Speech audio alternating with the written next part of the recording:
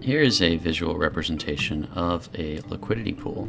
Over here we have where the liquidity is, and underneath in this area we have the supply. In order to get a portion of the supply, you have to add liquidity to the liquidity pool.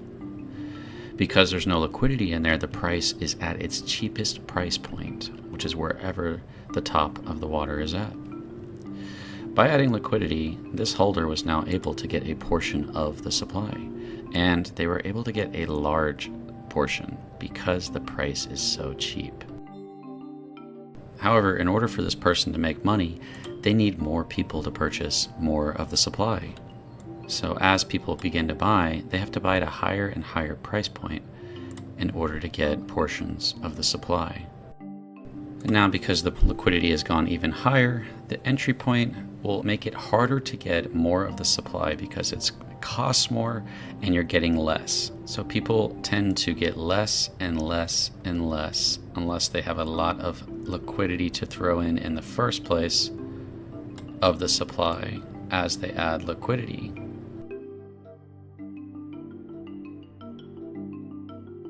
All the way to a 10x, 100x, 1000x, and you have people that are just barely getting portions of the supply because they're getting in so late. Meanwhile, you have all of the holders above you that have their bags that are bigger and bigger and bigger and bigger, and they had to pay a lot less to get those positions. However, nobody has won yet. Although all these later buyers have added even more liquidity, the only people who are going to win are the people who realize this liquidity through selling. And it depends on how much of your bag you sell. So say our second biggest holder wanted to sell some of his bag and give that portion back. Now he only has a portion left of his bag that he can continue to sell because the other portion he has sold in order to get that liquidity. So we can see that by buying early, you get the cheapest price and you get the most control over getting that liquidity out of the liquidity pool and into your bag. And the only way to win is to sell. So you need people to continue to add liquidity after you, even though they're getting less and less and less of the supply. And what this does is this creates a structure where you're incentivized to be the early bag and hope that a lot of people add liquidity after you so that you can sell. If this early buyer doesn't sell, then he won't make any value back. So in order for him to make value, he must train the liquidity pool. In doing so, this person will be greatly rewarded for being early in a project and dumping on his own community. By doing so, now this leaves all the other holders who didn't sell at a loss. And this works a lot like a pyramid. The problem with this is the only people that are winning are those that are hurting the sentiment of the project. They are taking out the value, which hurts its likelihood to go up. The more liquidity that you have, the more likely you are to have people who want a portion of that supply because it gives them confidence that the liquidity is going to continue to increase. The more the liquidity goes down, the less likely people are to want to buy into liquidity that has gone down. This is purely just because of how charts work. Charts are a visual demonstration of the overall sentiment of that project, and if it has gone down a lot, then the interest in the project has gone down with it. But the problem is that this structure rewards people for hurting the project and for hurting each other. It divides the community against itself. Everyone is fighting to take that liquidity, and this is why liquidity pools are not a good system of value when it comes to wealth distribution, who wins, being fair, uniting communities. It does the opposite of all those things. Community is divided, only the early buyers at the top win. You're rewarded for hurting the project and you're punished for not selling. All of these things do not align the holder's interest with the vision of the project, but actually divide them against each other in chasing dumping on each other rather than pursuing helping the project grow and helping each other gain liquidity themselves. The only way for you to get liquidity is to take it from everybody else. Control Chain is the first blockchain to utilize new tokenomics that directly addresses this problem. So let's go ahead and start with an example.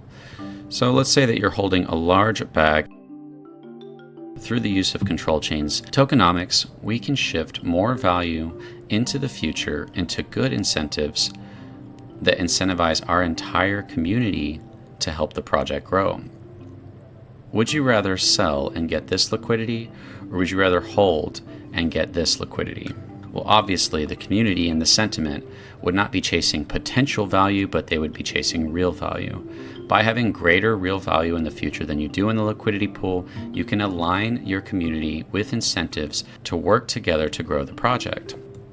If you knew that there was more value in the future than there was in the liquidity pool, it would incentivize the entire community to not sell, because they would know that by holding, they're able to have access to more value that's building up in the future. So instead of having all of the value go towards the liquidity pool, you want to build up real value in the future, not potential value or the promise of value or giving away the supply, which can be devalued by draining the liquidity. You need greater value in the future than you have in the liquidity pool. The liquidity pool is speculation, and the future value is attached to the success of the project and to the community itself. Let's talk about how unbalanced liquidity pools are. When all the value goes towards a system, like shares or stocks or tokens, like a liquidity pool, then all the value goes towards a system that is based on speculation, short-term, immediate value, bad incentives. It divides the community, it rewards selling, and it hurts growth. DeFi has attempted to fix this unbalanced system with solutions that do not actually balance the liquidity pool. More tokens, exchange listings, promises of profit from utility. But the truth is, liquidity pool is where all the value is, and it's far more powerful than a promise of potential value or even profit from a utility. So the solution is simple: balance the liquidity pool. And by balancing it, you can start to incentivize what is good for the project.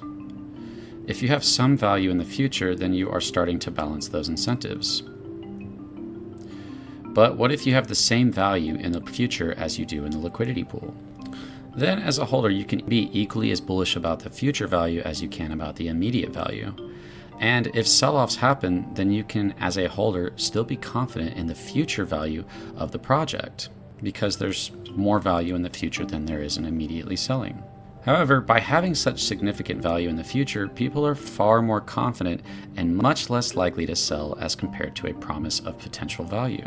The solutions to make this happen have not been created yet, but Control Chain is in its seed round and has already created these solutions in the form of delayed tokenomics, dynamic tokenomics, sell-less fees, taxless tokenomics, and many more revolutionary ideas aimed to shift the space away from the current model that hurts far more people than it helps and shifts sentiment back towards being aligned with the vision of the project.